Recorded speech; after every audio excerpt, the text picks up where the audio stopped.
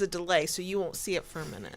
So I'm going to need you to act on faith alone for at least like 30 seconds. I don't know, 10 seconds? I don't know. I do not know what the delay is. I've never tried to figure it out or Googled it.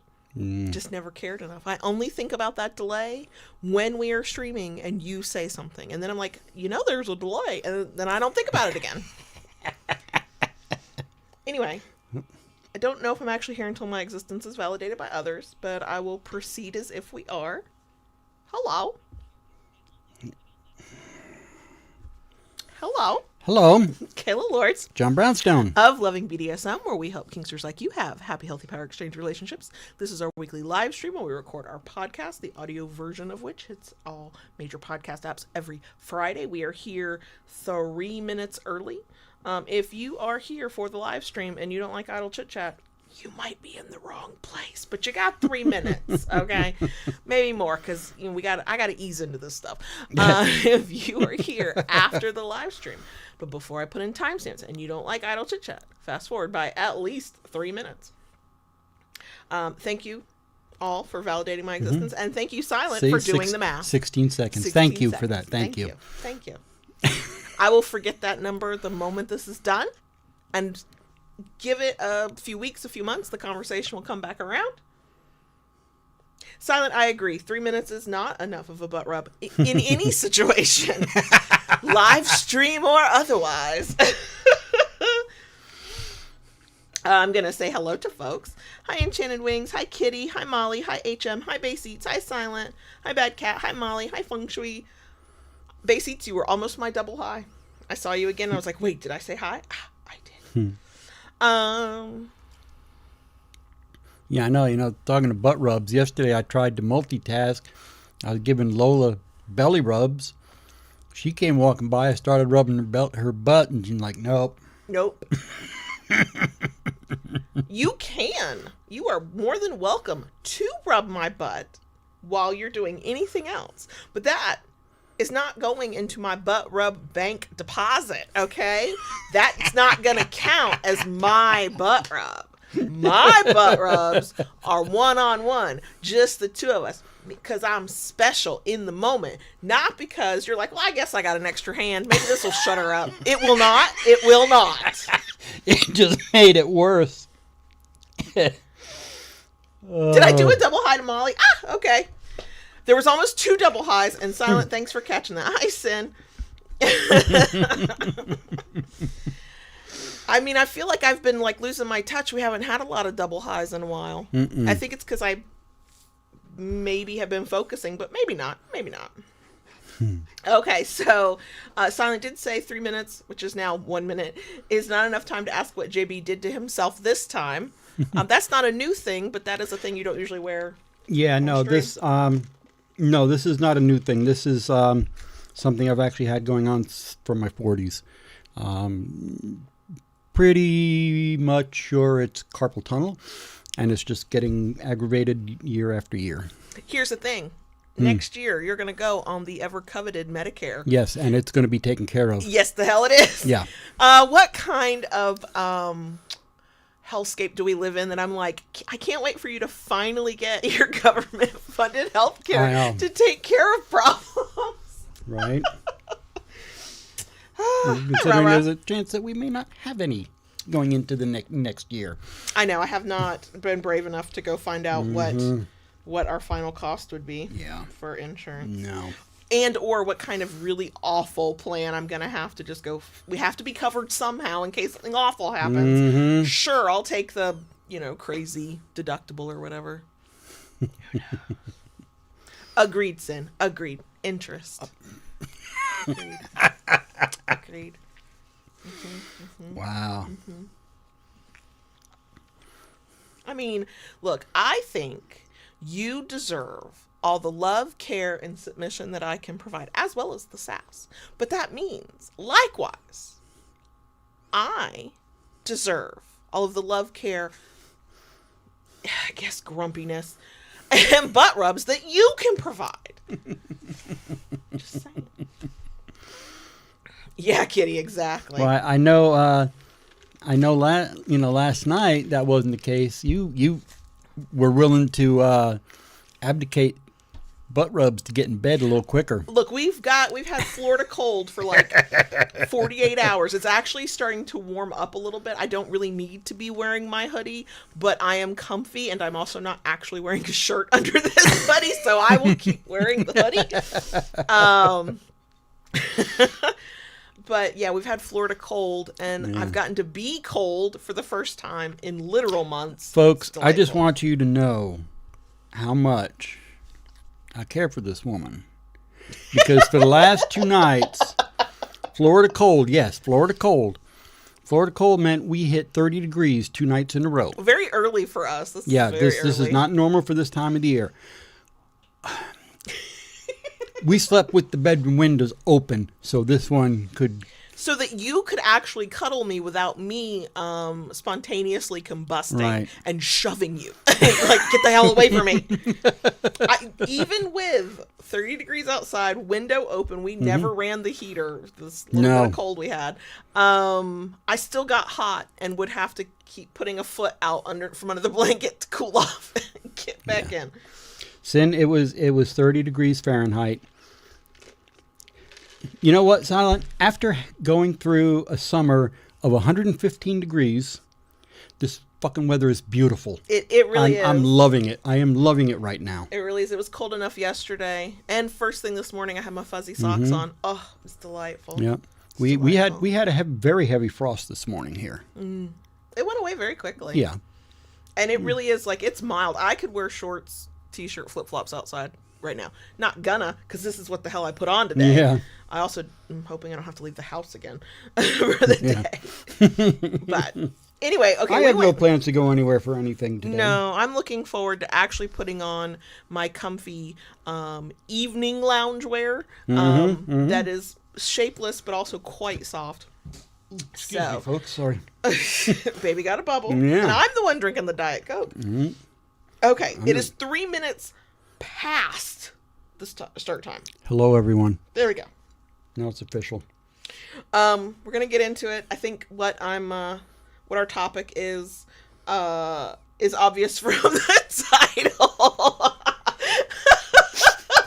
I only got to that point after I thought this was gonna be a typical, this is what people say it is and how it's used, and it's strange. Anyway.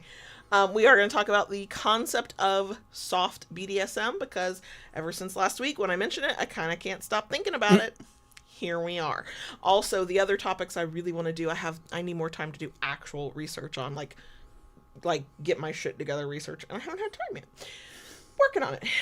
Anyway, if you enjoy this, we love a thumbs up. If you like it enough to want to come back for more, please consider subscribing. And go ahead and ring that notification bell to get updates of new content. Let's do what Daddy says. Okay.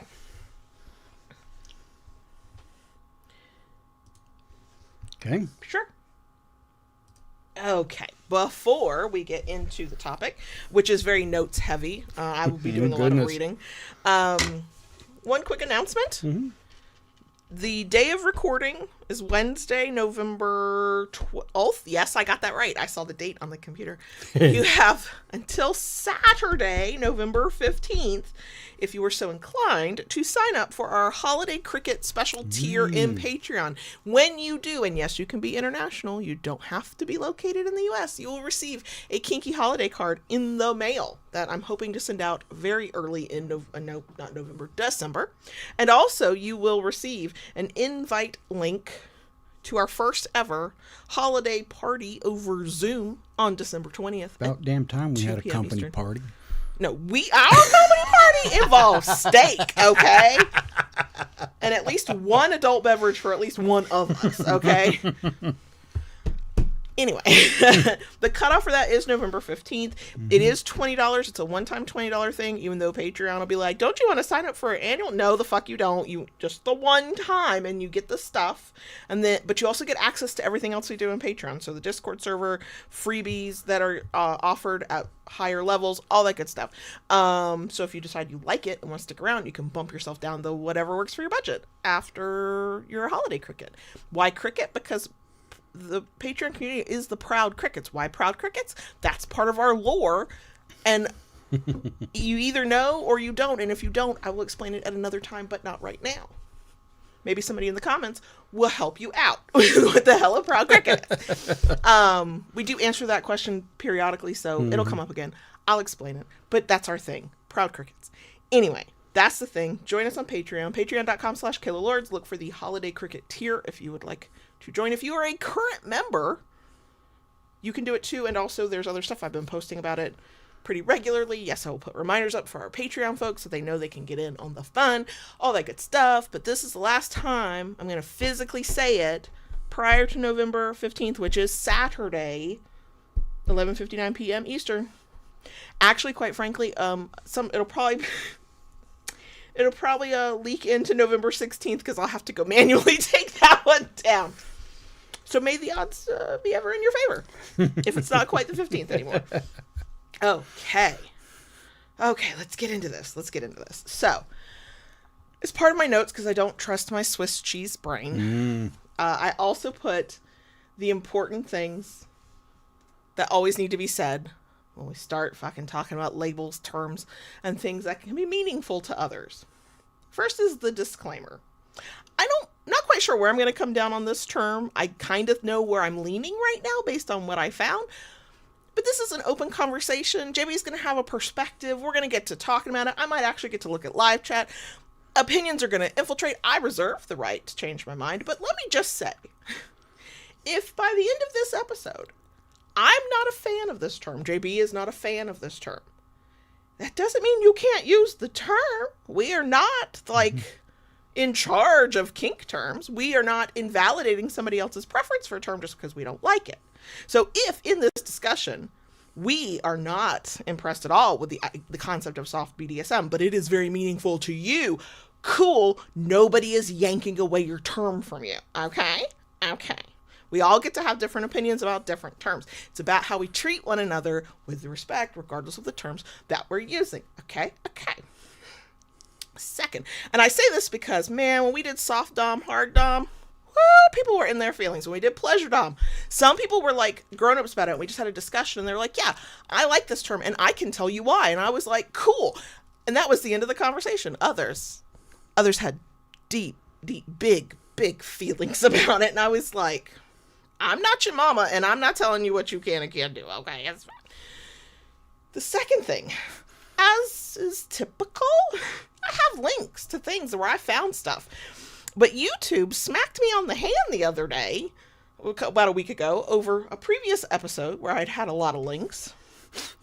Because they didn't like one of the links and tried to knock the whole damn video off of YouTube. I think it got saved in the end. So in YouTube, there are no links because all of the relevant information was definitely on sites where somebody has shown their tits, ass, or dick. So I can't link in YouTube. If you're a podcast listener, all the links will be in the show notes. For YouTube folks, once I have the show notes link ready, I will come back and put it in. If you were that interested in the links, you can also always email me about links from an episode. If you're like, I can't find them, I have them. I have every script note outline for every episode we have ever done. Just saying. So that's a YouTube thing. Okay, now let's then go to, I would like to also answer the question somebody from the Peanut Gallery is going to say, but why do labels and terms even matter? Why does it even matter? Does it even matter? Well, yeah, the fuck it matters. Cause it may not matter to you, but it does matter to some. Exactly. That is exactly it. Everything, but we're going to be specific to the BDSM community. In the BDSM community, we are all using a shared language of sorts, right? Shared terminology. So when one of us says a term, says a label, says a whatever, what we should all want is for anybody else who hears it to be able to ask, what the hell are you talking about? Or for us to be able to explain what the hell we mean. One is just a member of the community who wants to share information. Maybe you're talking online, maybe you're at the munch, whatever. But also, any term, any way you describe yourself as a kinkster, any of that, in my opinion, you ought to be able to explain what the hell you mean, because if you don't have an explanation of what that means, when you're communicating who you are to another person, how are you giving them full, clear communication and potentially, able to consent, right? If somebody tells me they're a hard dom, and I think I know what that means, and they're not defining it for me, and then I go, oh, okay. And then, like, sometime later, we're doing a thing, and they're doing their hard dom thing, but that their definition does not match my definition. Right. We now might have a problem. So that's why these things matter. You, on an individual level, get to decide for yourself, does this term mean anything to me? Do I like it? Do I want to use it? Do I resonate with it? Or do I not give a fuck and just reject the shit out of it? As an individual, everybody gets to do that. But as a community, if these terms are being thrown around, then those of us who are interested should have an idea of what the fuck they mean. So that's why this matters before somebody, like, warms up their fingers to start typing furiously at me. You know, I do act very hyperbolic. I act like that's all I get. It's not. But when I get it, it always comes out of nowhere. And I'm like, are you okay? What's going on your end of the internet? Because that feels like it's not about me. That feels like that was a you problem, and you spit it out through your fingertips into my DMs. Anyway, I've only had like a third of my Diet Coke, and I am punchy. Okay, so here we go. Okay. So as stated last week in the BDSM Reddit response episode, there was a question about soft kink, soft BDSM, that came from a subreddit I had no idea existed called Softer BDSM. And for the purposes of trying to define this, because you will see how weird this gets, how strange this gets, I'm going to read that subreddit's definition of how they define soft BDSM, soft kink. Okay. I've got to click the link and hope it opens. I didn't do this ahead of time. Okay. Yes, I know. It's sure. Just let me. No, please go away. This is what I get. There we go. Okay. What is soft BDSM? A guide. I will have this linked for people who can actually access our links. We use the term soft BDSM as a blanket term over a whole host of play styles. Some people prefer to avoid pain, humiliation, or inflicting harm in their play. These are the types who gravitate to softer play styles. Not all soft BDSM require power exchange, but it is very common.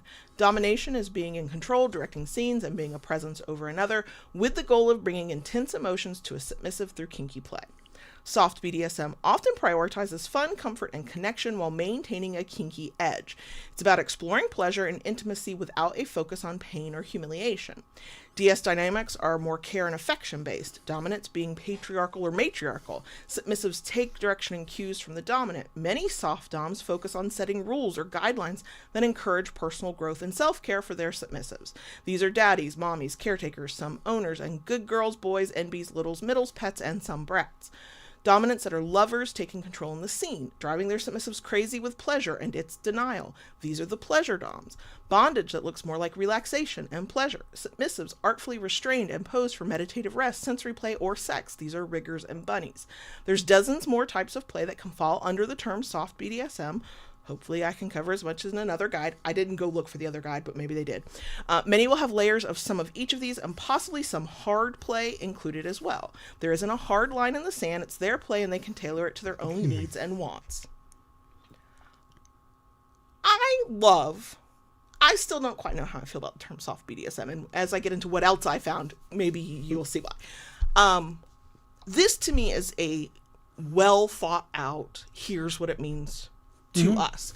I could semantically pick some things apart just to be a bitch, but I'm not gonna. I'm gonna go, okay, this community, this person within this community, who I believe is like probably the main person or whatever, thought about it, tried to put it into words, left some room open for, it's not exactly this, it's not prescriptive, but in general, here's what it is. I respect this definition, even if I could pick it apart a little bit. I'm not gonna. I have other things I could pick apart. I'm gonna respect the fact that that community went, this is what this means to me. What do you think of that definition? I think it's, I'm not sure what to think of it. Because, it's about exploring pleasure and intimacy without a focus on pain or humiliation. to me, not everybody's into pain. Not everyone's a masochist. Not everyone's into humiliation. Okay? So, maybe I'm a little old school there, but, it still sounds like just BDSM. It just sounds like BDSM, I know. Okay? I hear the term soft BDSM, and I have this vision of soft romantic music playing, sort of the airbrushed quality. The yeah, filter is very supposed to bring flowers and chocolates, wine. I mean, you can if you want. I still want you to hurt me at the end. Sure, Right. Sure. I mean, it BDSM is about connection. It's about the intimacy. And it doesn't have to be about pain, right? Right. To me, and I don't know, I'm not going to put this on this community because, like I said, I respect the fact that this community went, here's who we are. If you vibe with us, then you found your place. If you don't, no worries, right? Yeah. The thing is when you have a soft BDSM, that kind of means that what you're sort of painting yourself as not is, quote, hard BDSM, right? And the way I look at it is, okay, if all of this, with some wiggle room, but if all of this is soft, that means everything else is hard, right? Isn't that sort of the, if it's not soft, it's hard? And I don't like that either. Yeah. A lot of this describes you and I would never use soft for myself. Here's where I think there is a disparity with the terms. Soft BDSM, hard BDSM. BDSM all comes with risk. What you're doing, no matter what you're doing, there is a risk to it. Right. So saying soft BDSM, I think, could give some people a false sense of security. Yeah, there's no risk. It's soft. It's there's gentler. No risk. It's soft. Right. It's just, yeah, sure, bring it. Right. None of this will harm me. Air quote that real hard. Harm me. And I, whatever, anything you do in this lifestyle has a risk to it. I also, and this could be me reaching, but I don't think I'm alone in this. When we call something soft, other words for that are gentle, right? Kind, easy. And the thing is, and this is me going to an extreme when I say this probably, but how easy would it be for a predator? Predators in BDSM already can hide very easily. They just got to know a few words and keep their shit together for 30 seconds, in a DM or 5 minutes at the coffee meetup, right?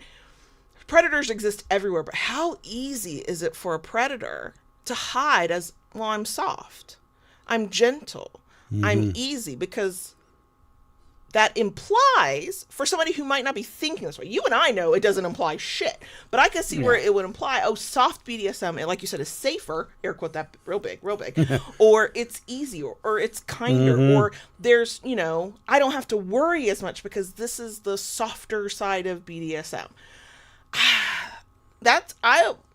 Could that be me overthinking it? Sure, because predators are everywhere and abusers will find whatever they can, blah, blah, blah. Yeah. But I'm with you. It gives the sense that I could see somebody who comes across it going, oh, this is not that big, bad, mean, all black leather whips and chains BDSM, which is kind of how that gets categorized in other places, not here. And it's like, well, first of all, that's not all that BDSM is. Right. And when, it goes back to what I was saying a minute ago for me.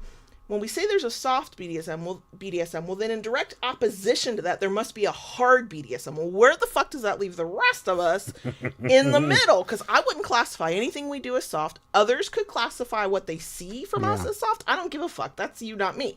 I don't call us soft, but I'm sure shit not going to call us hard. We're just kinky people living our kinky life, and sometimes it's soft and gentle, and sometimes it's kind of hardcore and a little scary. I think, in a way, maybe this is an attempt, we talk through the years about how BDSM is a spectrum, okay?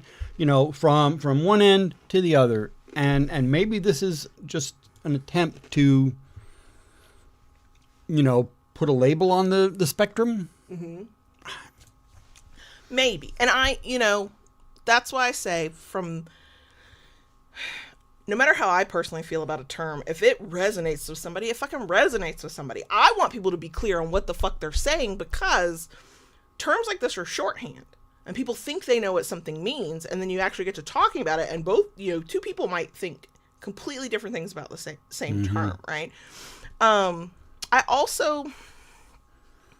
don't love this idea from the outside looking in, not maybe within a community where, it's pleasure doms, caregivers, this, that, the gentler side. And even that's subjective. My gentle might be your rough.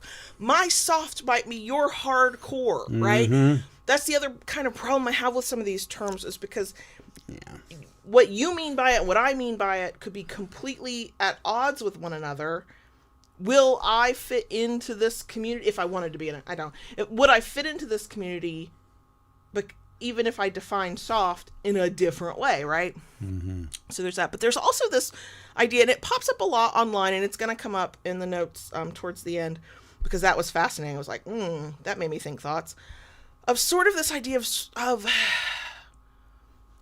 putting some kinksters, putting themselves, distinguishing themselves from the big, bad, scary, deviant kinky people. We do this sweet, soft thing over here.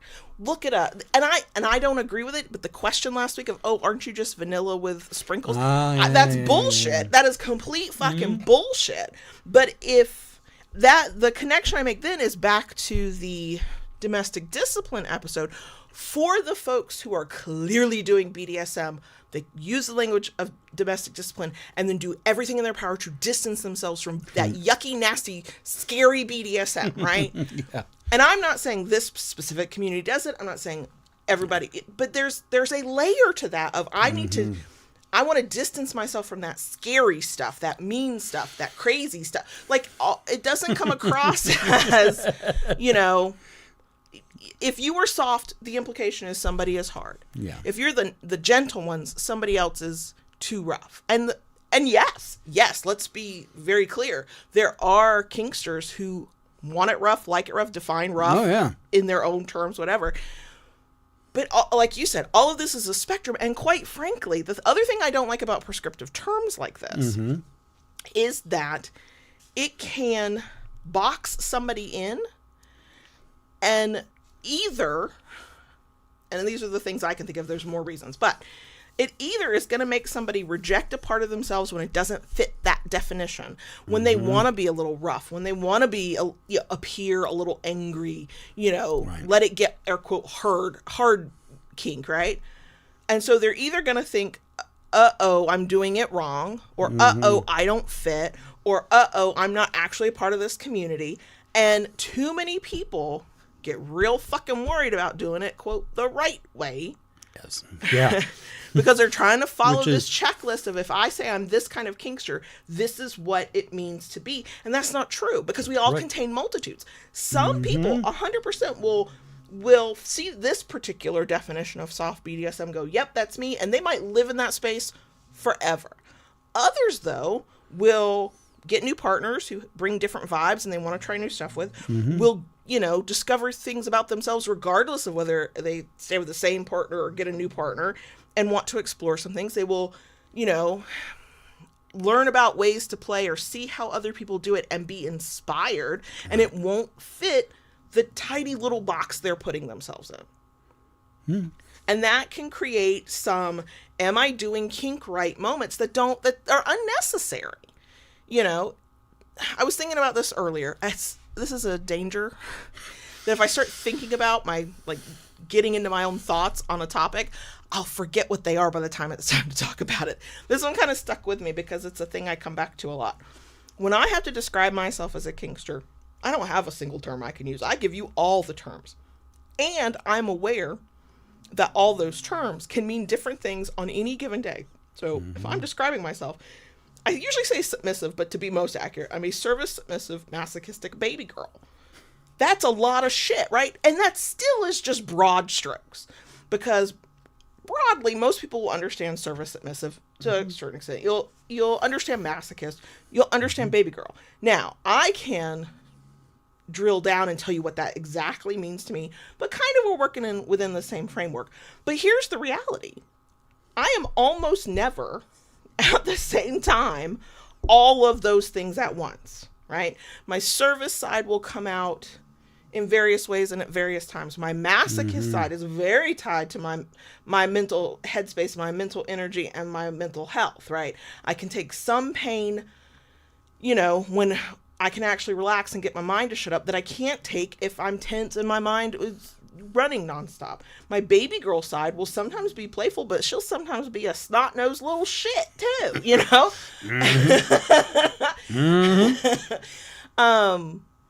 And so if I try to say I'm just this, well, whatever, there is no single word. If I want to say there's a single word, I would just say submissive, because ultimately, yeah, that's probably the broadest term. But based on the way soft BDSM is described in this particular definition, which of what I found is the absolute best, it only goes downhill from here. I would fit that. I mean, until I was like, I'm going to need you to make it hurt. I'm going to need you to make me cry. Right? And that's on a personal level of how I personally view it. We all get to view it the way we fucking want to. That's why I don't like terms like these. It boxes us in when it's easy to start out in kink and think you are one thing or think you check very specific boxes. My experience is the more you explore, the deeper the trust goes with a partner. You have time with one another. You can develop things together. You get comfortable enough and vulnerable enough. You're able to be intimate enough to go outside of the early boundaries you might have set for yourself in the very beginning. You discover shit about yourself you could not have anticipated. Right. Not at all. And I would just call it kink, just call it BDSM, just call it power exchange. Use your broad terms as an understanding of what it is you're doing, and then drill down into the specific terms that encompass you at this moment with an understanding it could and probably will change over time. That to me, from this angle where we talk about it and we try and help people, that to me is the danger of something like a soft BDSM, because soft BDSM implies there's a hard BDSM, which doesn't make any fucking sense either. And, if I'm soft, I can't be hard. Yeah. What does it mean about my identity if I started soft, but now I'm kind of... you know what I mean? Here's an interesting thing, and maybe I just thinking things differently. If you really come down to it, it's not the BDSM that is soft or hard or, it's the person. Right. It's the person. What you want, I know somebody said, and I know myself, shit, now I lost my train of thought because the damn phone.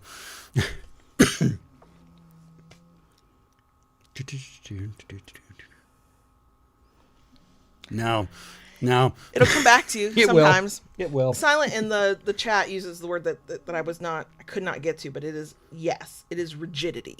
It's rigid thinking. And there are plenty of people who are not typically rigid in their thinking, but anybody can be rigid in your thinking. It could be from a need to air quote do this right. It can be I figured out who I am and I'm done with that work now. I don't have to do that again. It could be for all kinds of reasons, right? That is rigidity and how we see ourselves and the terms we use, the labels, the identity. That's a problem across the spectrum of kink. It's just easy to pick on soft BDSM because I can already see how this could go wrong. There was a time when I thought that the most pain I might want would be an over the knee barehanded spanking, and that was it. And now I haven't pushed much beyond that, but those kinds of spankings don't have to be, but are often seen as a kinder, gentler spanking than big ass, heavy fucking paddle coming down on you with full force. Well, or a cane or something. Yeah, or any toy you hate, but you consent to anyway. And that's another thing. I think about it in terms of that. And I think about the nuance, not in terms of soft BDSM specifically, but who I am as a kinkster. Because on one hand, there are times I want the actual pain, right? Pull my hair like you're going to take my scalp off. Hit me on the ass with whatever so hard, like the neighbors are knocking on the door, right? There are times when it's the pain that I want. And then there are times it's not the pain that I want. It's the submission that I want. It's the, I endured that for you. I understood what I was getting into. I fully consented to it. I understood what was happening. But if you asked me, do I pick that? Is that what I want? No, it's not what I want. But there's another part that I'm getting from that. It's not the sensation that I want. It's the moment with you. And those can look gentle. They can look rough. They can look hard. They can look soft, like whatever. And it's understanding the nuances of my own kink play, my own kink identity, that makes me very leery of terms like this, because they feel somehow both overly broad, like, and yet not quite enough. Because in order to define it like this particular subreddit community did, which again, I actually respect them. That's a sitting down and going, this is what we mean by this. But it means that people who might actually fall under that definition will think they don't because of this element over here. Or, you know, people who don't see, you know, are more worried about, oh, the big scary side of BDSM, will think, like you said earlier, that you're in a, air quote, safer zone. Like, it can be kind of misleading. Yeah. And yet, I'll reiterate from what I said at the top, on an individual level, these terms can be very meaningful, and we get to put our own meaning in them. The reason one of the other reasons I care about that, and we'll say that, is I want folks to figure out what the hell it means to you. Once, you can share that if somebody ever asked, but two, so you are clear to the extent you can be at this moment on who you think you are right now, but without the rigidity of, I can never change. You know, this is who I am and this is who I will remain. No. I mean, I guess yes, but I'm going to ask 5 years from now, are you actually happy, or are you just doing what you think you're supposed to because that's the box you checked 5 years ago? And that's where I get skeptical. So, let's go. So that, I will say, was the best actual definition I found. Okay.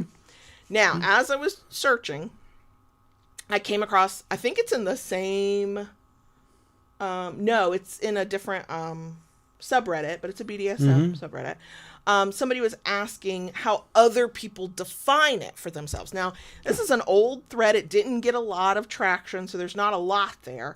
I have linked it where I can put links. The one person's response resonated the most. And I did the whole quote because I think the last sentence actually shows the difference of how we define these things, and how that can be tricky. So what the person said was, what does soft or hard BDSM mean to you? How do you define that for yourself? Which I appreciated that person's question, because they understood we all define these things for ourselves, right? This person said, I think it all depends and can be arbitrary categorization. It can also create a need to prove yourself to be hardcore, right? Oh, I'm not soft. If you reject soft, well, that means for some people, oh, I must be hardcore, right? But then what they said was, because this is how subjective this shit is, if I had to classify soft versus hard, I would base it on risk. And here's the thing, that too has its own subjectivity to it. Right. Because most people will classify risk based on physical harm. Are you going to bleed? Is something going to fall off? Are you going to die? Yeah, because each person's risk assessment is going to be different from your risk assessment. And it often, this person didn't, I'm not putting words in this person's mouth, but often when we talk about risk and people are like, oh, that's a lower risk thing, what can often happen is they dismiss the power of emotional and mental risk that even what seems like very basic from the outside, you know, an emotion, a risk that you have in all types of kink play, but sometimes it's specific types, is, does this thing become a person's trigger from now on? Is this thing, you planned for it, you tried it, you thought it was going to be like your everyday scene, and now it's a traumatic event in someone's life? Like, you know, I kind of, yes, the physical risks are the most obvious and the ones that can lead to actual death or at minimum a trip to the hospital. And yes, we all should be very careful about those.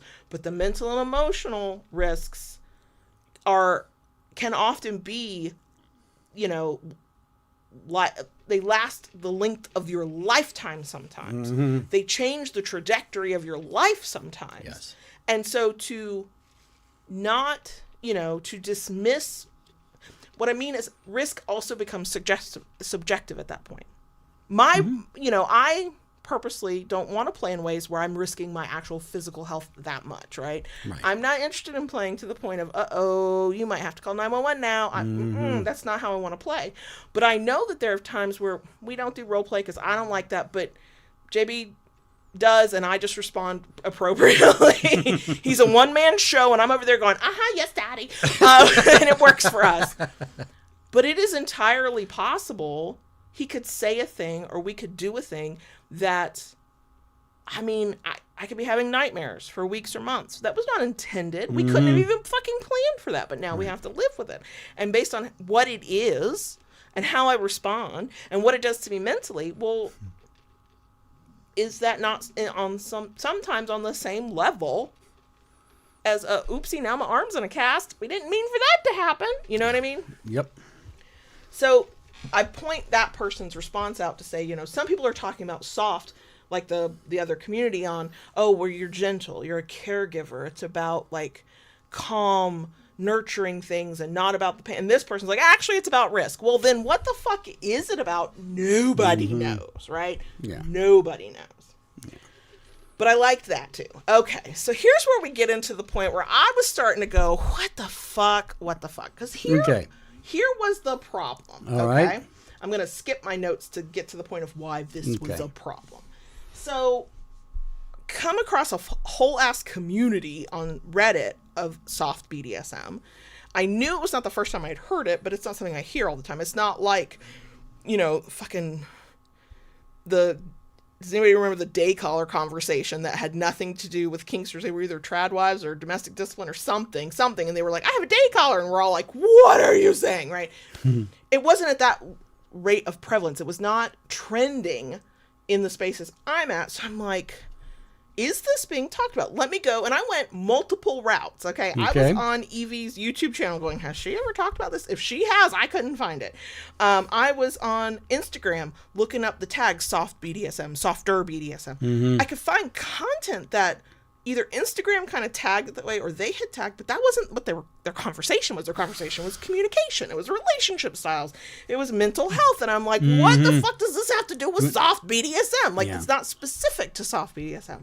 I did a Google search for TikToks, because those are, you can find TikToks on a Google search if you are looking for them.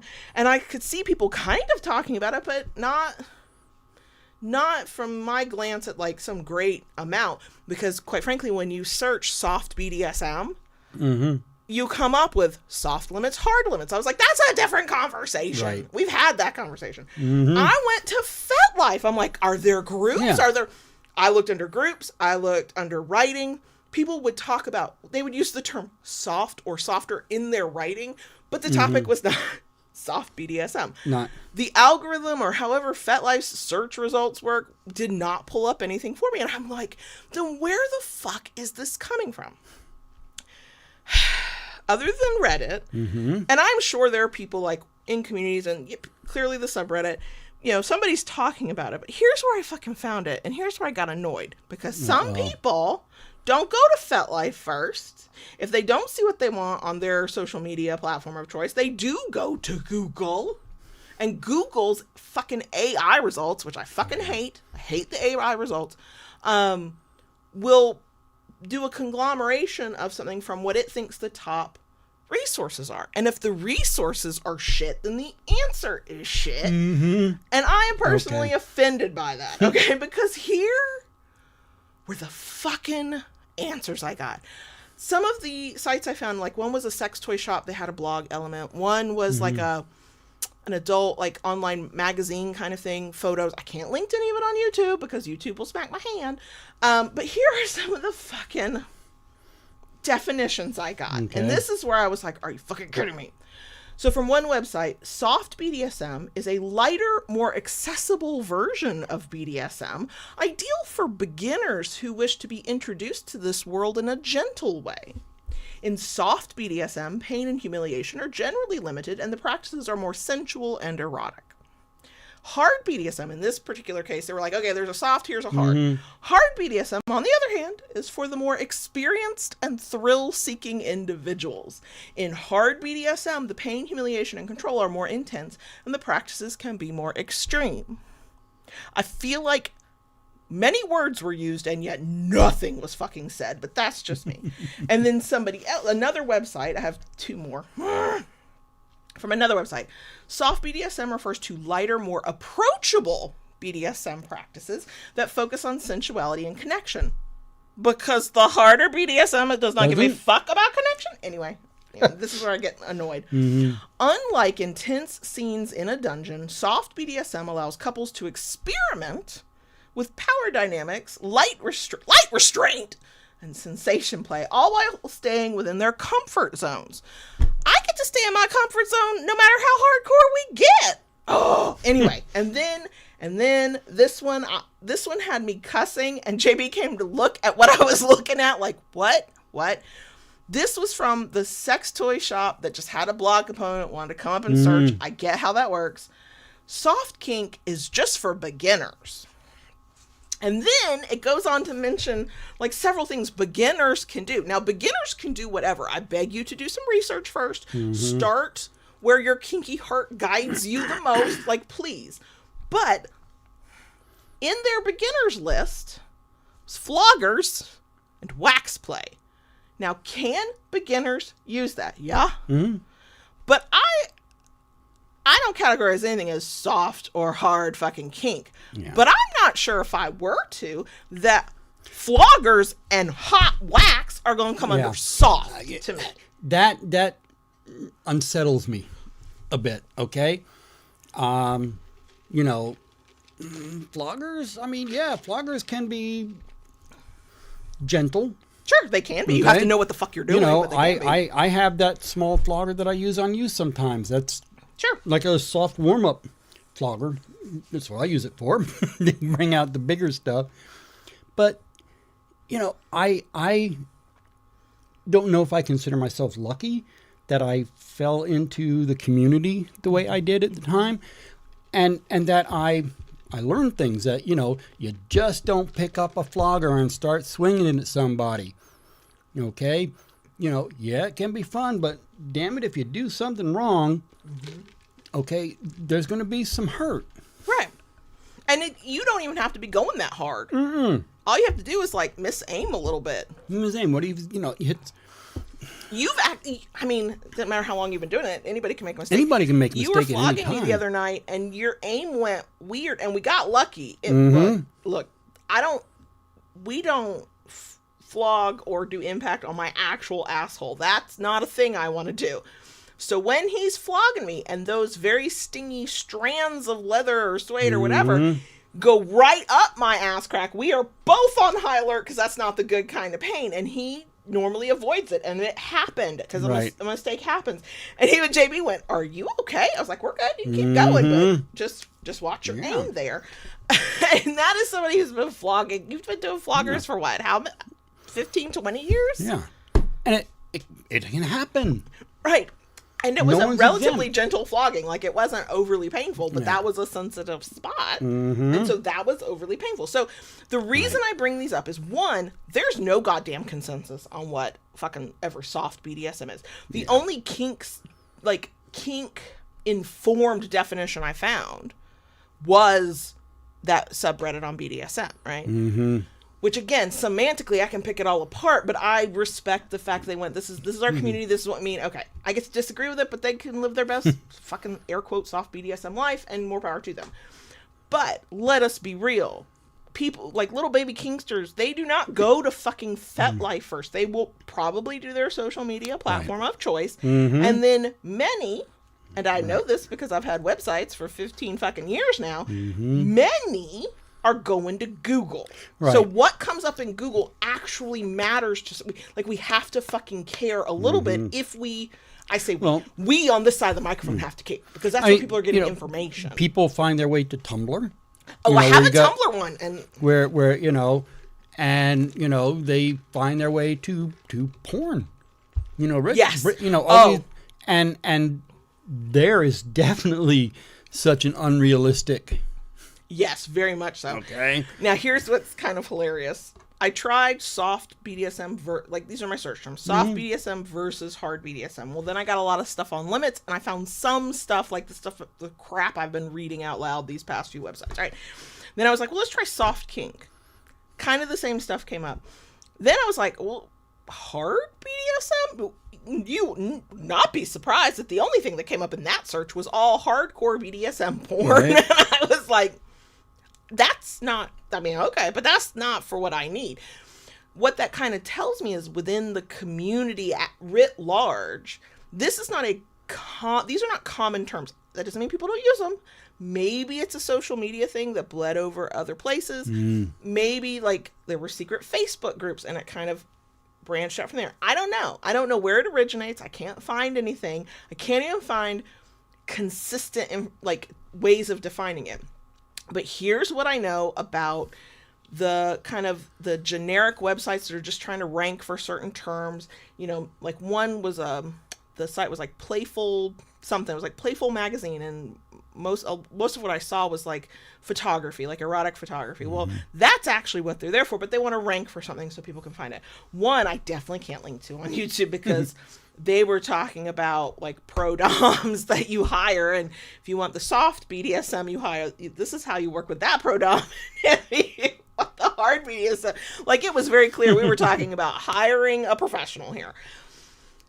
But again, it matters to me because that's how a lot of people are going to go try to learn about a term, right? And with AI being enmeshed in fucking Google searches, AI compiles from what it considers the top sources, the best sources. I don't know how exactly it picks who it picks, but if you searched soft BDSM and AI actually fucking work, because it doesn't always, and the conglomeration of what soft BDSM was from those websites that was oh, it's for beginners, oh, it's for those crap ones, not the subreddit, then you're poorly misinformed when you're learning about it.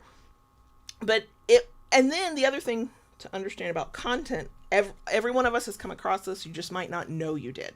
So what will often happen is one or two sites, they could be major media sites, they can be little rando sites, will write about a topic, okay?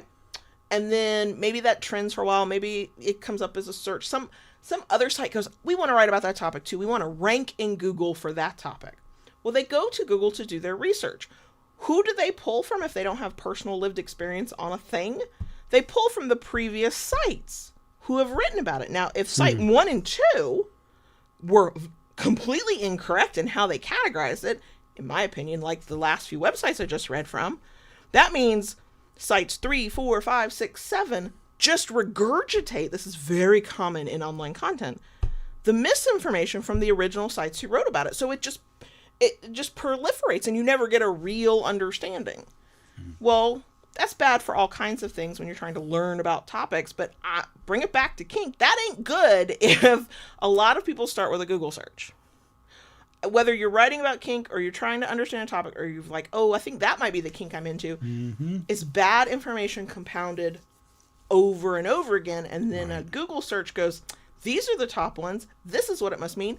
Kinksters know that's not what it fucking means. Thankfully, subreddits still show up in Google. Quite frankly, I get a lot of my information these days from different subreddits. You have to think critically. It's not always right. Sometimes it's absolute trash. But that's where, as a person who spends her life trying to go, hey, here's a way to think about kink so that you can have a happy, healthy power exchange relationship. And also don't pigeonhole yourself into these boxes that might not be right for you. We're combating that kind of information.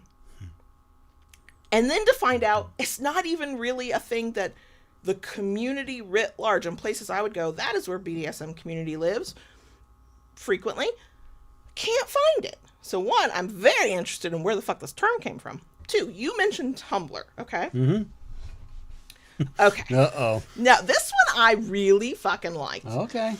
Okay, so when I did the search for hard BDSM, and of course found porn, I also came across a Tumblr post, and it's from like 4 years ago, 2021.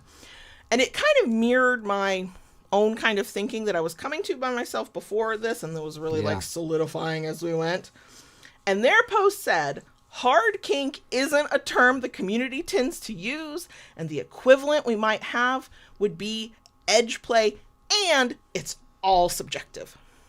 And I was like, yes. Mm-hmm. Yeah. Now, let's be clear. If hard kink, which we don't usually call it, but I'm sure people do, is actually edge play, and edge play, hard kink, whatever term you want, is subjective, then that means, to me, automatically you have to understand soft kink, soft BDSM, gentle BDSM, whatever, is subjective.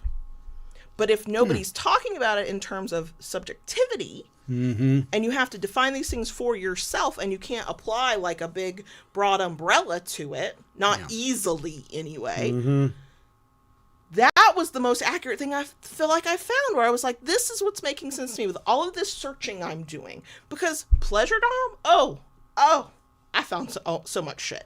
Hard dom, soft dom, I was trying to look for hard and soft BDSM, and what kept coming up was hard and soft dom.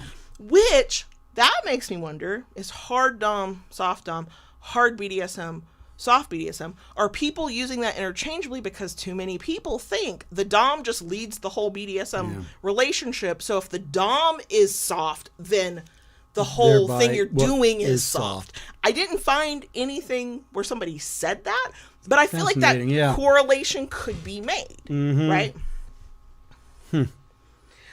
But this is, maybe it's because I was a freelance writer for a million years. Maybe it's because I've been writing content for my own fucking websites for a million fucking years. I get really annoyed when and I don't just personally just rely on first page of a Google. I'll go 10 pages deep if I think I can find something that's more obscure, wasn't popular enough, but is more correct, right? Or is another viewpoint that's worth considering, right? But it's a almost, but not quite, a benign kind of misinformation, but it is still misinformation. Soft kink is for beginners. Look, slow kink is for everybody, but for beginners.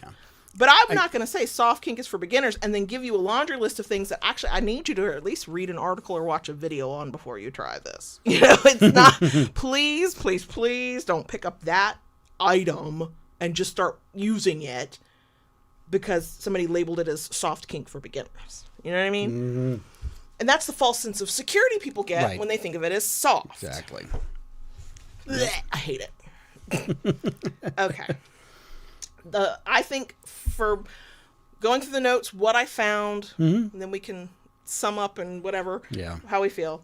I found something, and again, it'll be linked in the show notes, and YouTube folks, I'll get the show notes linked as soon as I can. I did go to FetLife, and I was like, let's search for these terms. If there's a community, if there's people writing about it. I have a feeling people are writing about these concepts without using these terms, right? But I came across something that, as of the date of recording, November 12th, this piece had only come out 5 days ago. Okay. This is relatively new. It's not somebody I know. Their handle is Innocent Empath. I don't know anything about them. But their piece on this, that's when I stopped and went, oh, maybe this is what this is about. Bear with me. Their article talked about the watering down of kink. About how some kinksters are trying to soften the edges of BDSM to make it more palatable and mainstream, to show that we're not actually, air quote, deviants. We're not scary. You don't need to be scared of us. And the article is like, I'm not being eloquent. The article was eloquent. Okay. And that made me stop in my tracks because, we talked a few weeks ago about, is kink being normalized or is it just trending? And it is a lot appropriated. And there is, even there, you can see the softening of edges. Day collar, because you're, you happen to be the wife, heterosexual wife of a man, and you're living that air quote traditional life. What? Like, well, I mean, and that's why I say, with things like that, and wasn't there a thing with a group of people. They were unknowingly, I believe, but they thought that No Nut September meant something else, and they were kind of going with it. Vaguely. I think I vaguely remember something about that. Because context matters and the internet flattens everything. Right. And I, I'm going to kind of say this. Talk about Google search. I found this stuff, Jeeves. Ask Jeeves. I remember Ask Jeeves. Yeah. So, but I don't know. It's all. Go ahead. I pulled up the article because this person really did say it way better than I could. And I think, I don't know, because I haven't sat with it long enough, if I agree with everything this person has written or if I see it this way completely. But there's enough of it that made me go, is that what this is? Or that's what this started out or is being perpetuated by non-kinksters. And some kinksters are making it work for themselves because it resonates. So they start out their article saying, yesterday a slave friend made a comment that made me pause. She said, I have noticed that BDSM activities are being vilified by many on here. On here must mean FetLife because that's where this article is. And they said, I've noticed it too. It's been bothering me. There's a strange, frustrating contradiction happening right here in our own community. On a site built for people drawn to BDSM, I see the very essence of what makes this lifestyle powerful and appealing being slowly vilified, sanitized, and watered down. Yeah. Now, I don't think that's just what soft BDSM might be doing, but I think it's a symptom of I think there's a combination of things with that. Let's be honest. A few years, even FetLife was part of a purge. Okay, anything to do with blood play had to be taken down. Right, and that was about financial stuff. And that was by financial stuff. But it's still frustrating. So it is. It's very frustrating. But I have been seeing, we have said this on the show many, many times. Your kink's not my kink, but your kink's okay. And that was the big thing about the BDSM community at one time. We do things differently, and we do not look at what somebody else is doing, look down on them just because it's something we don't like. Absolutely. And I think that is happening more and more. I think that is happening more and more. I totally agree with what they're saying. So they had three main points of why there might be a shift. And okay. These are their thoughts, words, opinions. The mainstream gaze. As BDSM has become more visible in popular culture, a new audience has arrived. With them comes an unconscious pressure to, quote, prove that we're not the monsters, the deviants, or the abusers that we've been historically painted. In an effort to be understood and accepted by the outside world, we sometimes start policing our own, making our language softer and our public faces more respectable. We try to make it make sense to them, and in doing so, we risk losing what made it make sense to us. Now, I think some of that is very subjective because some people are into kink for different reasons and want different things out of it, blah, blah, blah. But this did sort of resonate with me. The next one is the safety police versus the risk takers. Safety is paramount, but there's a difference between advocating for informed consent and attempting to eliminate all elements of psychological intensity or physical risk. Some of the most profound moments in this lifestyle live in those gray areas, in the headspace of a heavy scene, in the ache of a bruise the next day, and the emotional roller coaster of a strict power dynamic. When we start framing every intense desire as inherently dangerous or problematic, we pathologize the very experiences people come here to find. Now, I'm not saying this is an exact, this is either in opposition to, or this is where the idea of soft and hard kink come from, but I think this can play into it, right? I'm into soft kink, not that dangerous stuff, not that stuff that can hurt you. It goes back to what you're saying. The moment you call it soft, there's this emotional and mental thing of, it must be a little bit safer. It's not as dangerous. It's not as scary. Right. And that is also subjective. This must have been why it came up in my search. So then the third one was the hierarchy of right and wrong BDSM. I see it in the comment sections and forums, a subtle and sometimes not so subtle hierarchy forming.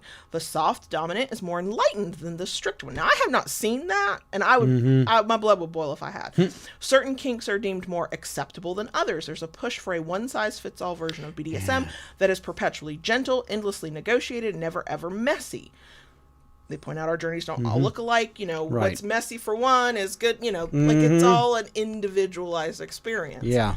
And I have not personally seen that. No. I do see that people, mostly in social media spaces, are real comfortable calling themselves like a soft dom versus, I don't know. I'm sure there are people out there who would call themselves a hard dom, just in direct opposition to a soft dom.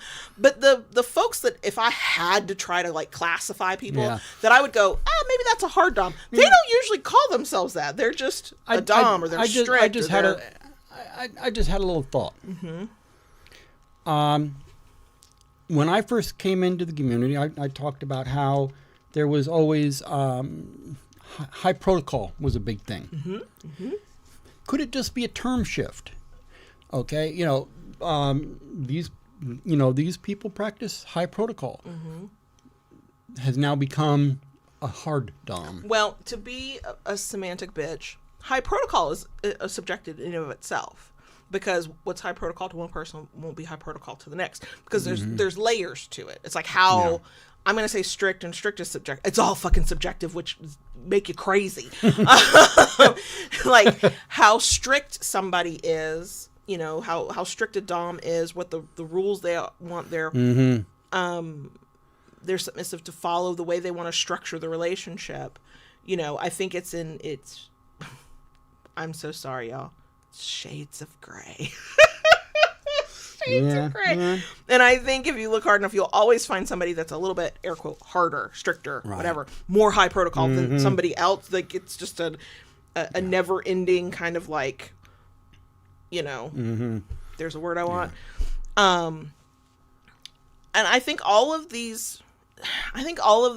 everything plays a part. And what I mean by that is,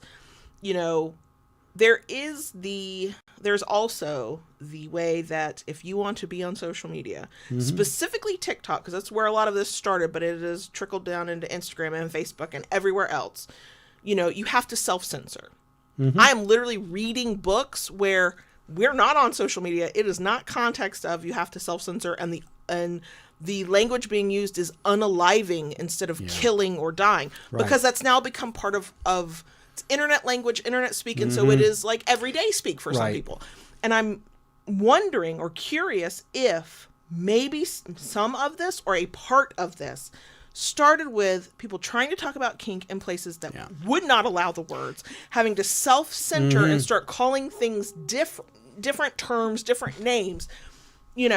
Is it somehow more palatable to the algorithms if you say soft versus hardcore, hard edge?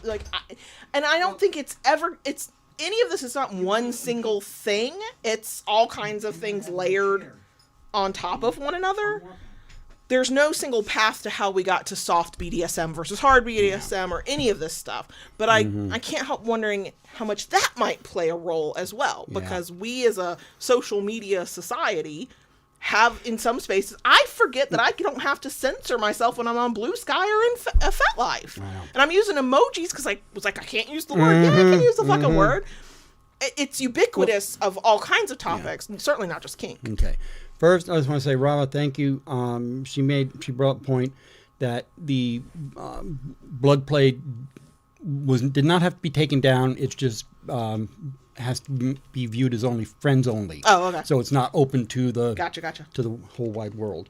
I as someone who was part of the evolution and saw the evolution of the interwebs. The interwebs is a great place to go and look for information. Okay. On the other side of that, the internet is a horrible place to look for information. You drink it from a fire hose. Okay. And I'm not going to go into it too deeply, but, social media, I'm sorry, folks. I think people need to pay less attention to social media in so many ways, because everybody has a voice, which is not a bad thing. Right. Okay. Everybody should have their voice.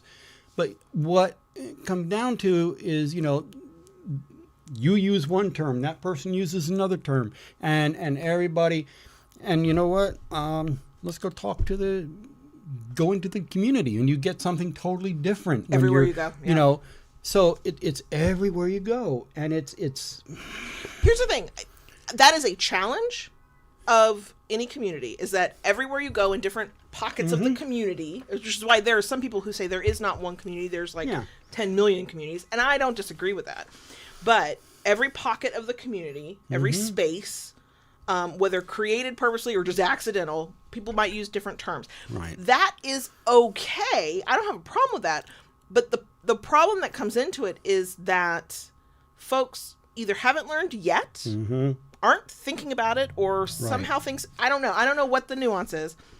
Instead of getting comfortable with going, okay, what does that mean to you? How do you define that, right? Yeah. You know, somebody starts a term, somebody picks up, terms, hashtags, whatever, can get picked up because people like them, and then they go viral, and then they become the norm because like 2 years ago it went viral. It's like talking about the tradwife thing. The term tradwife, 5 years old. The concept, I mean, Lola at agrees. least as old as the Bible, I guess. I mean, it's not just a Christian thing, as somebody like angrily responded. Obviously it's not, but you know, the terms we use for concepts, those are changing, but we're not also keeping up with the idea that, wait, you use a term and I use a term, but we don't have the same definitions. And that is one of the problems of the internet, is because if everybody is using their voice, like JB said, people are using terms that they made up out of whole cloth, or they heard somebody else say, but they didn't get context for it. And now we're sharing all this and nobody is now talking about the same thing, which is frustrating. It does leave room for creativity and for you to get new terms, and new terms are not a bad thing. No. I just think that we as humans can be very imprecise with the words we use, and sometimes it's cool. That leaves some space to like do something. But when we're talking about risk assessment and mitigation, when we're talking about what kink can be, I think we have a duty to be more careful with our words. It matters.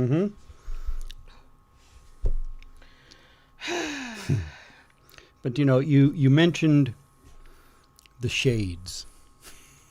I mean, that book ruined that fucking expression. Okay, but, it's a good expression. But damn book. Yeah, well, I mean, think about it. When that book came out and it hit the popularity that it did, the community we were in at the time, West Pasco, the community leader had a plan. You had to. Had a plan in place, because all these people are going to be coming into the community with, ideas that aren't right, because kink is not a mainstream thing, and it's still not mainstream. Some of the language of kink has trended and gone mainstream. Right. And I think that goes back to Innocent Empath's post, which is, by doing that, the meaning can get stripped out of it. We were talking about that when we were talking about normalization versus trending. The context and the meaning go away, and then by the time humanity juggles it around and passes it back and forth, now it seems to have a completely different meaning that is not only not useful for the kink community it's kind of supposed to serve, can be actively fucking harmful. Do I think soft BDSM is actively harmful? Probably not, but it certainly has the potential. And it's imprecise to the point of being kind of unhelpful, because I think many kinksters, not all, of course, but depending on how long you've been kinky, where you go to get your community fix, like what spaces you're in, there's plenty of us who are like, soft, hard. What are you talking about? It is what it is. That's not really how we classify ourselves. Partly because there are plenty of people that in some forms of play, you'd probably call it hard. You'd certainly call it edge play. But in other ways that they play, it's definitely a gentler approach. It's softer. It's less about this intensity and more about this,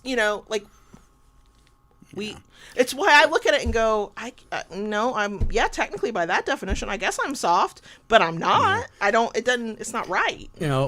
Or, even more, is this part of a shift now in the community, in the lifestyle, maybe? As the younger people are coming up and they're, taking it as their own, as they should, as they will. That's the way it works. Of course. Just the way, I mean, let's look back to the the old guard. Old guard. Most people don't even know what the hell that means. What that is anymore. Yeah. But that's where it all, where a lot of this began. And it looks nothing like that anymore. No, there are pockets of it. People who are like, I want to keep this going. Sure. But like, there's so many different ways to express. There are, and yes, there are people who still trend to that. But it has branched in so many ways. And maybe this, is just that shift of growth, that it's moving into something else now. I don't know if I can be heard this far away from a microphone. I have thoughts. Okay. I'm coming. All right. Your dog was... I know, she was a wooing. I heard. So here's the thing. I agree with you completely. Younger generations coming up, people who are newer to kink and are learning from different aspects, will bring in new language, new terms, have every right to do that. This all shifts all the time. Yeah. And I have enough humility to say that sometimes, it's probably me being curmudgeonly about a term. Pleasure dom is one of them. I still don't like it, but I'm never going to tell somebody they can't or shouldn't use it. It's a personal thing. Same with soft and hard dom and top. The thing is just because a younger generation or a newer generation or, people who are new to kink bring in new stuff, not all of that is worth keeping, right? True. Because sometimes the stuff being brought in is coming in from a lack of experience, lack of knowledge, lack of context. They just learned bad fucking information on the internet or read something in a book or watched it in a movie, went, well, try it, and then everybody's in the fucking ER, right? There's a reason that there were plenty of communities online and in person that both for the publication of the 50 Shades books and the release of the movies, they were setting up like newbie workshops and spaces to explain. Yeah, all that shit you just saw. I mean, yeah, I guess you can, but no, that's not how this works. This is how this works. Because, of course, all those people were coming in with preconceived notions based on this one thing that they had seen. Yeah. So, yes, the language we use, the meanings of things, the way we do things have to shift and change over time to some extent. Is why safe, sane, and consensual is like not a popular thing, and we are now on to so many new things. I can't remember the newest like acronym anymore because it evolves. It's supposed to evolve. We're supposed to get better at this. I'm gonna like be an old lady who wants everybody to get off my fucking lawn on terms that I think are too imprecise and or do a disservice to the very many people who will not be able to fit that box precisely because the box, it shouldn't be a box, right? Soft, what is the purpose of soft versus hard, right? Is it to help people find, their path? Maybe, but we personally have come across in this line of work for a fucking decade, too many people who cannot just fit one path, one lane, one box. That is, I think, probably, not a scientist, I don't have the data, but I'm just guessing, that is probably a more normal, variation, that we all contain multitudes and little bits and pieces of different things are going to intrigue us. If what we're saying is the new way is to start yourself off on this lane, whether it's because you're a beginner or that's just how, that's where you feel comfortable with, one, you have the ability to other kinksters. It's already happening in real time always. But when somebody says, oh, I'm into soft kink, and this is what that means, my brain goes, is this your version of one true way? There's a way to be a kinkster. There's a way to be a soft kinkster. Yeah. I really don't fucking love that word because then I go back to, my thoughts are jumbled. I know y'all are shocked by that. Then I go back to, are we fucking watering down kink. Kink is transgressive. Kink is supposed to be a little bit from the outside looking in, deviant and fucking scary. Many of us do shit that would get the cops called on us if a stranger saw it and they didn't have context. Quite frankly, sometimes we still do get the cops called on us and they don't even care about the context. Right. You know, that, not all kink is exactly that, but that is the trope of kink. The fact, many of us, not all, but enough, have been raised to the idea that no woman should be submissive to a man just because she's a woman. That is fucking true always. But how many female subs have to go through the mental hoops and turning ourselves inside out to go, oh my God, I'm breaking everything my mother ever taught me about what it means to be a woman. I'm setting back feminism 50 years. Why? Because even that is a little bit transgressive. The whole rise of trad wives does not help. It doesn't feel that transgressive and deviant. So it's not just a specific type of play, a specific attitude. It's all of it. Yeah. All of it. The reason it's not vanilla is because it's not the societal accepted, air quote, this is all subjective, air quote, norm, right? So why are we going to act like within that we still need to separate out? It's all fucking kink. It's all kink. And it's all our personal playground, right? We figure out who we are and what we like and, what we're interested in and what we don't like and what sensations we like. And sometimes they're real intense. You can get real intense pleasure to the point of pain.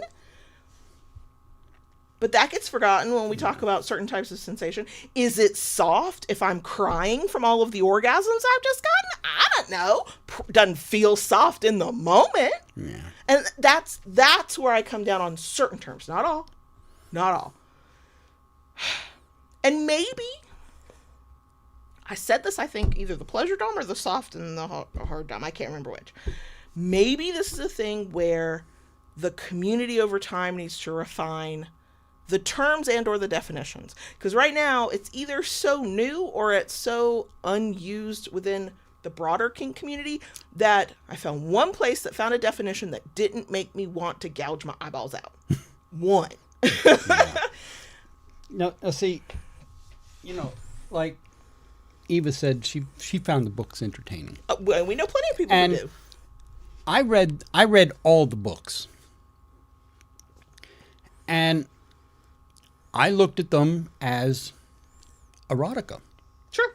I did not look at it as a how-to. And but you didn't need it for that. Right. You didn't have your kink awakening while reading those. Exactly. I got it a different way, and I knew enough that I'm reading that book because I've read enough erotica and other, it's pretty cool, but it's not the real deal. Sure. And too many people took it as a real deal. Part of that is because then, now, God knows, 30, 40 years ago and beyond, BDSM is not as mainstream as it. Social media will make you think things are mainstream. They're still not. Yeah. Okay. I gotta get my shit together in this, but I got a whole rant episode of some of the ways I'm very tired of how BDSM is portrayed in some of these movies. It's probably the same thing we've always said, but there's just some things watching these movies lately. I'm just like, are you fucking kidding me? So even when BDSM gets a little bit of airplay, it's not usually, sometimes it is, but usually it doesn't exactly do us justice, right? So if you read or watch something like 50 Shades of Grey and go, holy shit, I'm really turned on and I'm down for that and I want to try that, but you have never come across this in your life in a way that doesn't make you go, I think that's actually assault, and what is happening in this movie, right? Sidebar, movie night through our Discord that we do every other month. There have been many times I'm in the text chat, because we're not going to interrupt by voice chat, interrupt the movie with voice chat. I'm like, that'd be really sexy if there'd been consent there, that kind of stuff, right? If your first erotic or interesting or this doesn't make me feel bad as a human peek into kink, is a book, is a movie. I don't like it, but I understand why people go, okay, I'll try that because that's the thing that turned me on. That's the thing, I want to try because that's the thing I was introduced to. Because it's not like you can as a, somebody who doesn't know anything about kink, non-kinkster with no community, just go to your Facebook page and go, hey, does anybody know about this bondage thing? Like, most people are not going to fucking do that, right? Yeah. So, the lack of mainstreaming of kink in a way that's actually healthy and helpful, it makes sense why people read a book and then think, that's the thing I'm going to do. And yeah. Anybody who's like, what the hell's that noise? Ella is sniffing and getting very close to the microphone. So as always, there's a shit ton of nuance to this. Mm-hmm. I think I can currently come down on the not a fan of soft kink, hard kink, those divisions, because I think for majority of people they're meaningless, because one person's soft is another person's hard, one person's hard is another person's soft. Intensity of player sensation, man, that's really subjective and could change from scene to scene, day to day, mood to mood, right? Some days I want it soft and fucking gentle and just like be nice and rub my ass, daddy. Sometimes I'm like, look, I want to question if you actually like me, okay? And I know I'm not alone in that. I know that from observation. I know that from all these years talking to all of y'all over time, So I'm not a fan of the term. I don't think currently it's a term that the larger BDSM community has adopted yet.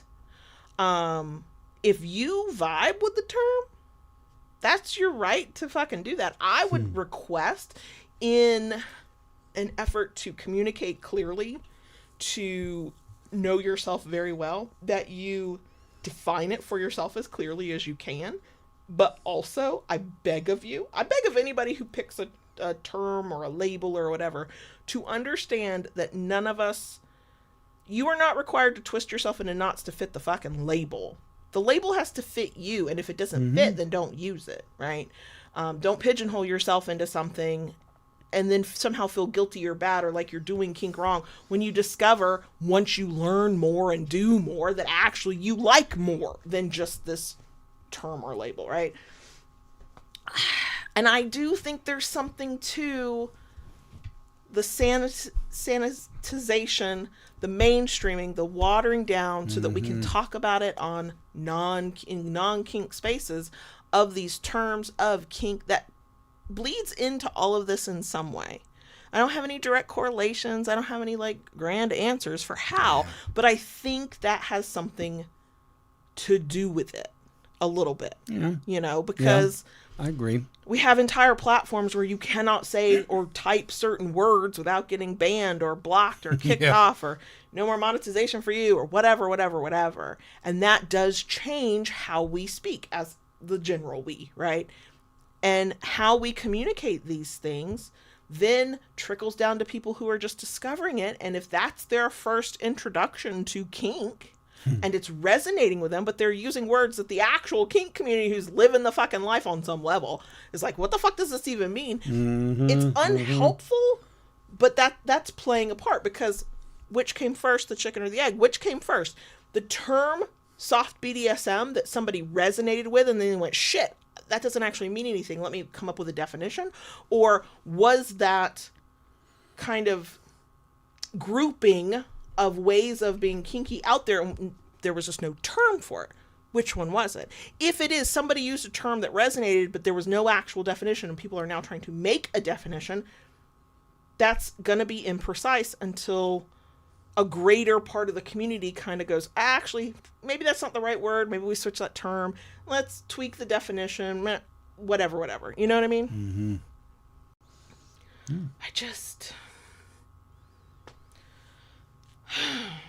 I think it's complicated. I'm not a fan for all the semantic reasons I can always bitch about. One person's this is another person's that, blah, blah, blah, blah. You put yourself into a box, it's not going to fit eventually. And then you're going to be all like, what am I even really? And then you're going to be in my inbox and I'm going to do don't worry, it's fine. We contain multitudes. You don't have to keep the label you picked on day one of kink. Like many of us don't. Some people do, but many of us really don't. It shifts, it morphs. It's kind of supposed to. Yep.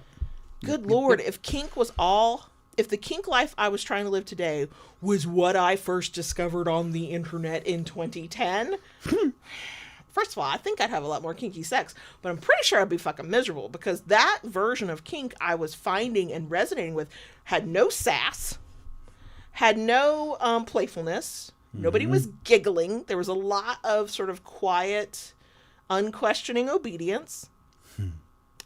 Is anybody surprised that's not quite my jam, right? That's all I'm fucking saying. Yeah. Any parting thoughts? I ranted so hard my cheeks are really hot right now. Got them rosy. Oh, they're very red, I know. Yeah.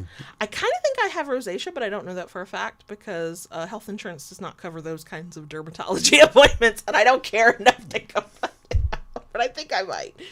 Anyway, that has nothing to do with this. No. So, you get to decide for yourself what you think of soft BDSM. Yeah. Do you have a final thought on the punctuation at the end of the sentence on soft BDSM? No. Is it a yeah, what she said kind of deal? It can be if you want it to be. I mean, yeah, it kind of is what it is. You don't kind of care that much, do you? No. Yeah. No. I'm the word girl who thinks blah blah blah blah blah, and I get very heated over these things. I mean, like I said, I think it, from my point of view, how I see it, I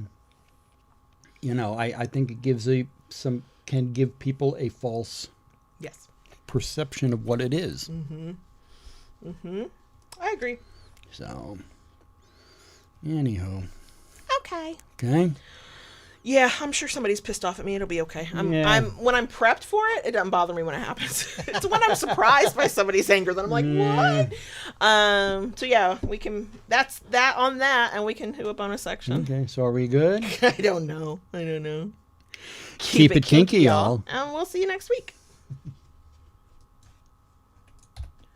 Daddy. Yes, baby girl. Can we talk to the crickets? Sure. Tashu said, is this episode an attempt for Kayla to keep her inbox clear? Yes and no. I have a very weird, way of looking at this. On one hand, hopefully I can articulate this. On one hand, I believe that part of the journey of all of this is, to the extent that you are, mitigate risk and are still alive at the end of it, people are going to walk through this journey, and it's on the job training when it comes to kink. You're learning as you go, and that tends to have the lessons that stick the best, right? I'm also the type of person that's like, I cannot protect everybody from themselves. It's just impossible, right? Mm-hmm. And yet also, I am desperate sometimes to reach the person who has tied up their sense of self-worth and value as a kinkster into what other people tell them kink is supposed to be, right? Or what other people say is the real way, the right way, the true way. Here's this one simple term they won't tell you about. You're kinky, that kind of bullshit. I'm desperate to kind of get to those people and go, look, whoa, you get to make this whatever the fuck you want it to be. I can't tell you what this is because I don't know you and live your life. That's the other thing. When we talk about this with many of y'all who are, many of you have plenty of experience in kink. You're very solid in your kink life. You're not looking to do a lot of big changes or whatever. I don't want to tell you how I think you should think about something. I want to give you the concept or the question that maybe you had not thought about before. I'll give you my thoughts all day, every damn day. But mostly what I want those folks to walk away from this with is, oh, well, what do I think about that? Sometimes the answer is, I actually don't give a fuck. And that's valid. But sometimes it's, oh, I never thought of it that way. Let me go off and think about it, have a conversation with my community or my partner or my whoever. And then that's how people get to decide for their fucking selves what these things mean to them. That's what I ultimately want for everybody. But there's a part of me that is desperate to get to those people and to validate those people and to calm the fears of those people who are like, I'm doing it all wrong. You're not. Are you clearly communicating to the best of your current abilities? Is consent informed and enthusiastic and clear? Do you know that there are risks associated with what you're doing and how you're going to try your best to avoid them? After that, you're fine. You're fine. You're fine.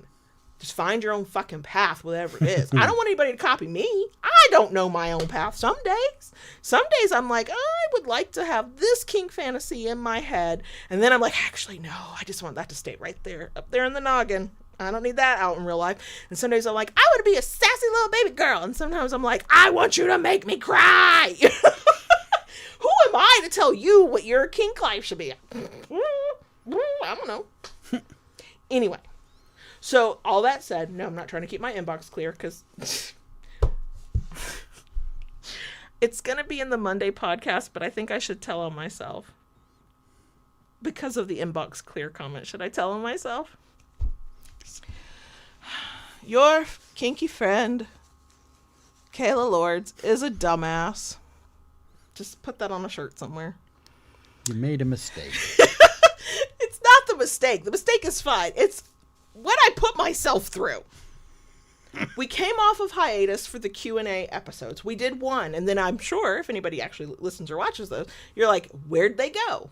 We weren't getting questions. I was like, I know that email inbox I'm using is a little janky, but I've been getting emails. I know it works on that. I can't send from that email account. It's very annoying. It's a mystery. Anyway, so... But no emails are coming through. And I'm like, I'm not going to force it. If we don't have emails, we just don't record a video that week or record a podcast episode. It's fine. It's fine. But after a few weeks, I was like, does nobody want to ask us questions anymore? I mean, I'm a little sad about that. Should I not focus on Q&As? Is that not working for us? Do people not want that? And then because I am who I am, do they not like us anymore? Y'all, I know it's a problem. And then I'm in the back end of the Loving BDSM website, and I'm like, why does this thing have 59 notifications? I'm like, what the fuck is this? It's not a part of the site I look at very often. I click. And first of all, the 59 was deceptive because there were duplicates of a lot of things. I was like, what the fuck is this about? It was all of the messages y'all have been sending through our contact page for a month. And there were many. There were several. And I went, oh, we are liked. Okay. People do still want to ask us questions. Why do I, bottle up my own sense of self-worth in that? I have theories. Whatever. It is a problem, I know. But then I also felt bad. I was like, man, we haven't been recording Q&A episodes. There are people going, when are you going to get to my fucking question? You think you don't have questions? I sent a question in. I found them. If you were that person going, why aren't they doing questions? I sent a question in. I found it. We recorded one for next Monday. It's fine. Oopsie. So I mentioned it in the Monday episode. And Silent, on my long rant, said, from before this rant, that was a very long, complicated way to say you do you, boo. Look, if I'm not making a simple explanation longer, complicated, windier, and also more chaotic, is it really me? And are you at the Loving BDSM podcast? I don't think you are. And I don't think it is. I think it's somebody else. Somebody who does this way better than I do.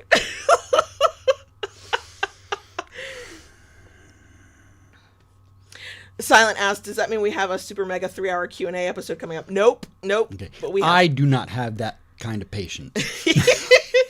We get weekly short episodes again. Look, one, I like to do that because we can answer more questions and I can practice being concise.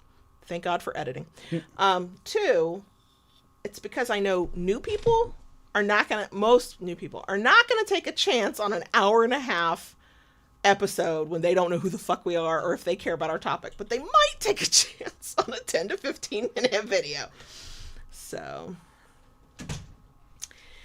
anyway, that was my oopsie, and also my lack of self-esteem was showing, apparently.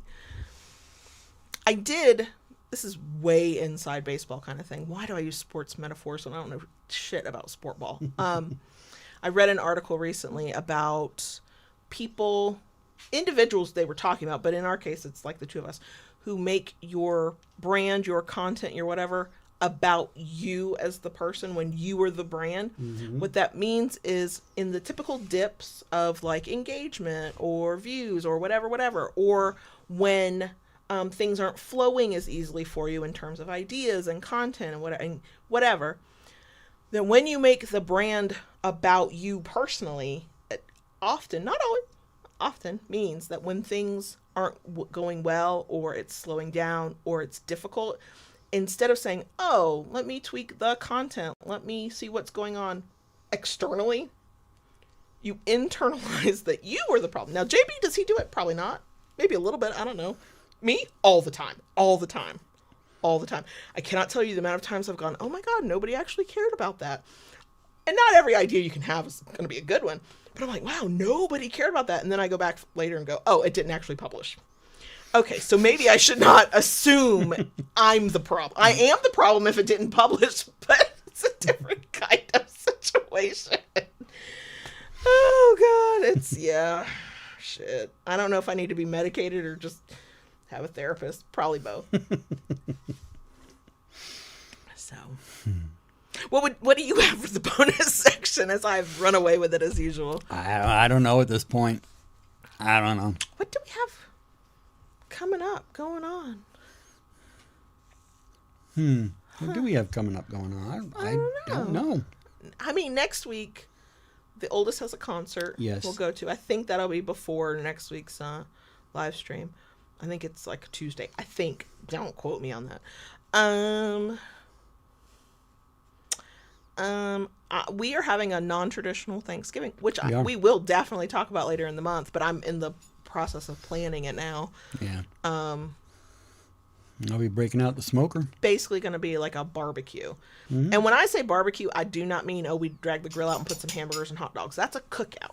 Barbecue is something that's smoked, seared, something. It's probably been in a brine, or it's been coated in something, whatever.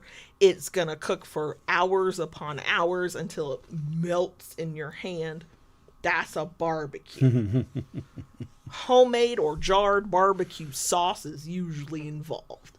That's barbecue. Anything else? That's a cookout. But you're doing a smoked pork. What part of the pork is that? The part of the pig that is? Shoulder, I believe. Right, until it like falls apart. Mm-hmm. I then went, I could keep it simple, or I could lose my fucking mind. I have a list and a chart of all the sides I want to do. Mostly because, and I told JB this, I want to cook once and then get like 3 or 4 days off where we just eating leftovers, or you make yourself a peanut butter and jelly sandwich, because I'm done.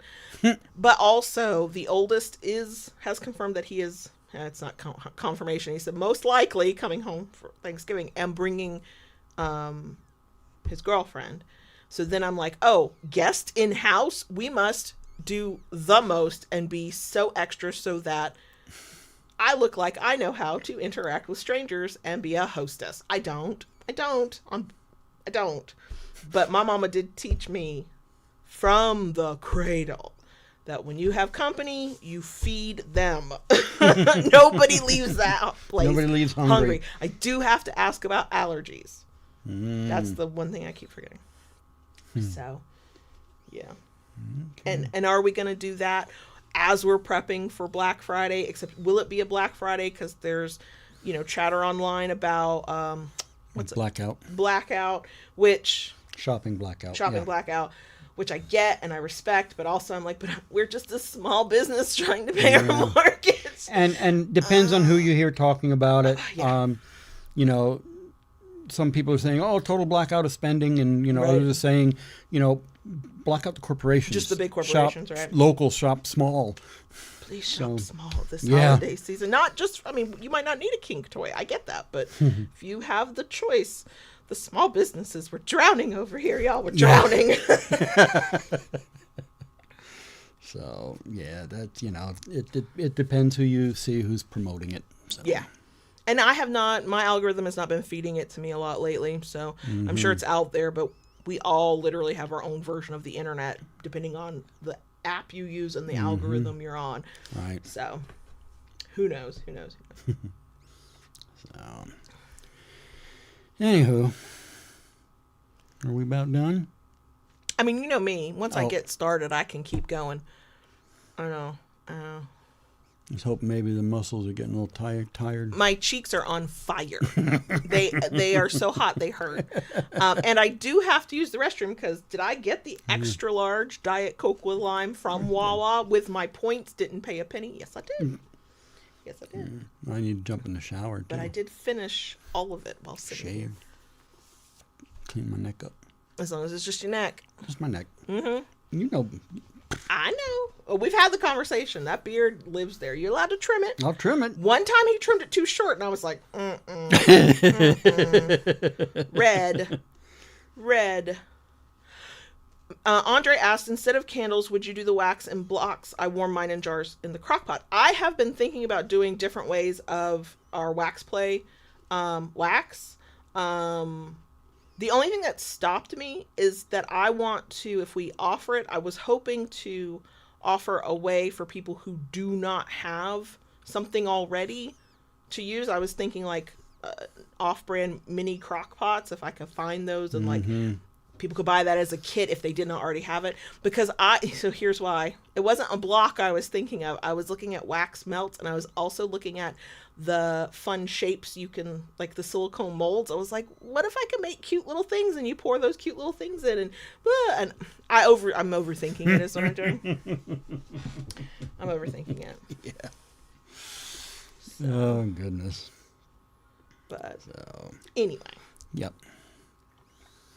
So yeah, we had our apparently we broke records with the cold weather we've had here. But I think most of the country has. Yeah, I think most of the country was part of that Arctic blast, or were there some parts that were not? I don't know. I don't know. I just know I was cold, and I was so happy about it. Oh, I've been a different woman. Past I was actually going to light a fire in the backyard last night, but it was way too windy for that. Yeah, no. Maybe tonight. Is it cold enough to warrant that? The way I feel about cold air is the way JB feels about getting to legitimately just light a fire just because. Not because he's trying to burn wood. Like, for the burn barrel situation. Anyway. Nothing like sitting watching a good fire. Okay. I support you in that endeavor. Thank you. We should probably go. Yeah. Mostly because I have drunk this Diet Coke, and now the Diet Coke is like, hello, I'm ready to. I'll race you. I'm not above knocking an older adult down when necessary. Anyway. Just remember there'd be repercussions. We're going now. Yep. Okay. Thanks for being here. Yep. Especially with the bitter end. That's all I got. Okay. Bye. Thanks, y'all. Bye.